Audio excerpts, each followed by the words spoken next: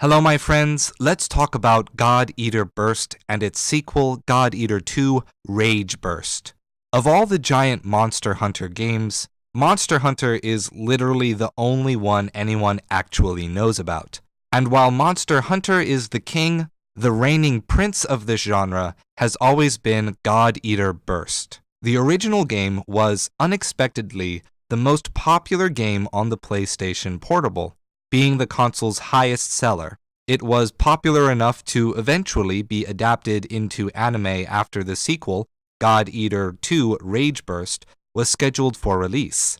The most confusing aspect of these games is that it has a weird combination of anime tropes, fan service, and cringy characters that meet a legitimately bleak apocalyptic world populated by monsters who mimic the very gods and myths that humanity once worshipped. This game was one of my favorite experiences as I started college.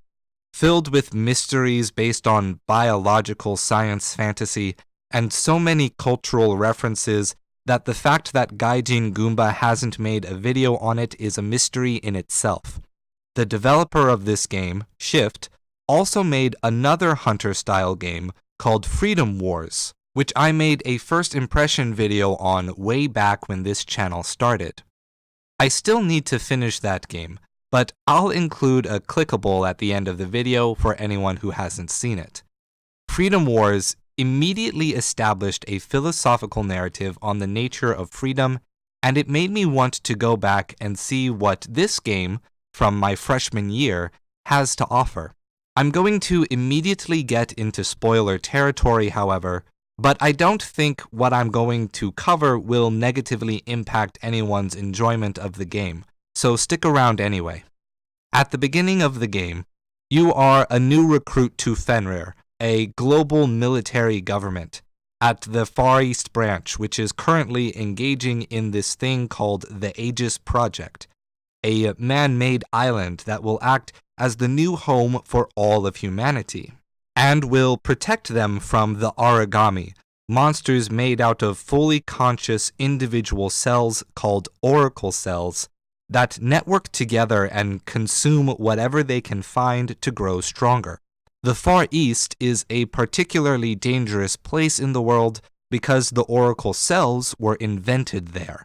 You get outfitted with a weapon called a God Arc, an origami that has been weaponized and symbiotically fused into your arm.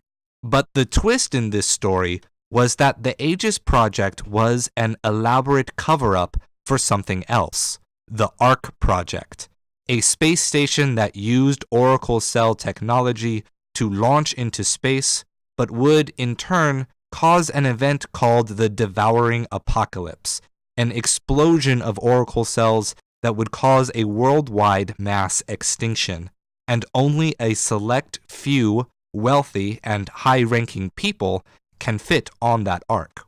What follows is a terrible ordeal where you and your teammates decide to either follow Director Johannes with special permission to board the arc, or Dr. Paler Sakaki to prevent the devouring apocalypse.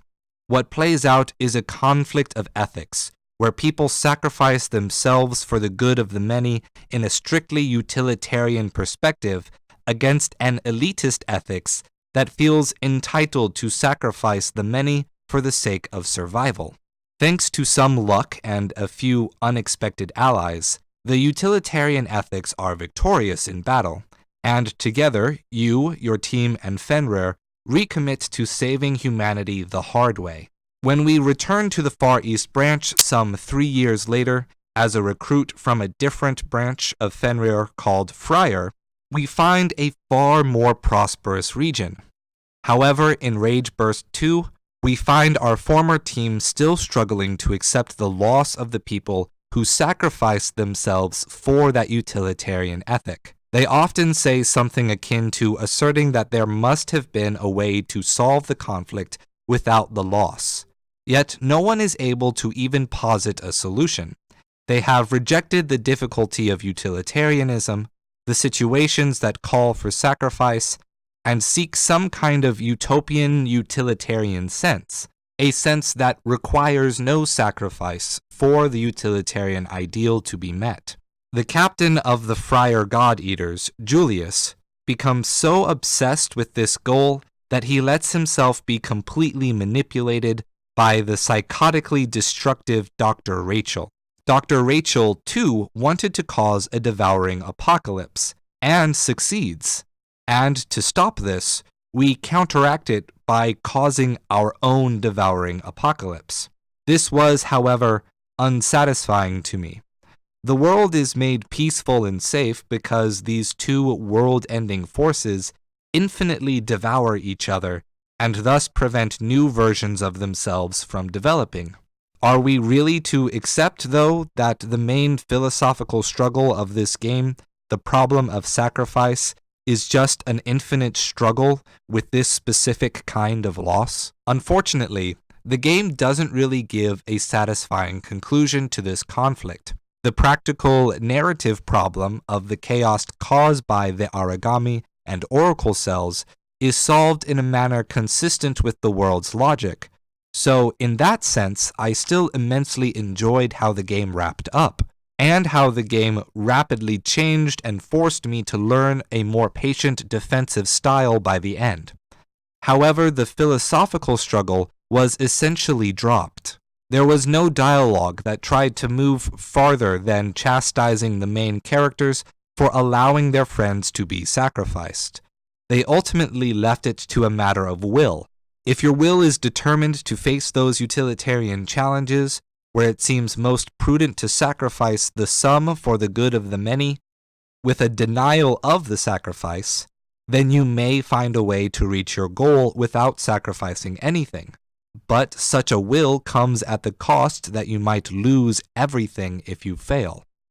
And the philosophical message of the game is unsatisfying because it only leaves you with this conflict and not even a potential answer for solving it. Thank you for watching, my friends. If you enjoyed this video, focus your will on hitting the subscribe button and ring the notification bell. Also share the video with your friends. I don't pay anyone to advertise the channel, so the only way we can grow is with your help. And remember, stay true.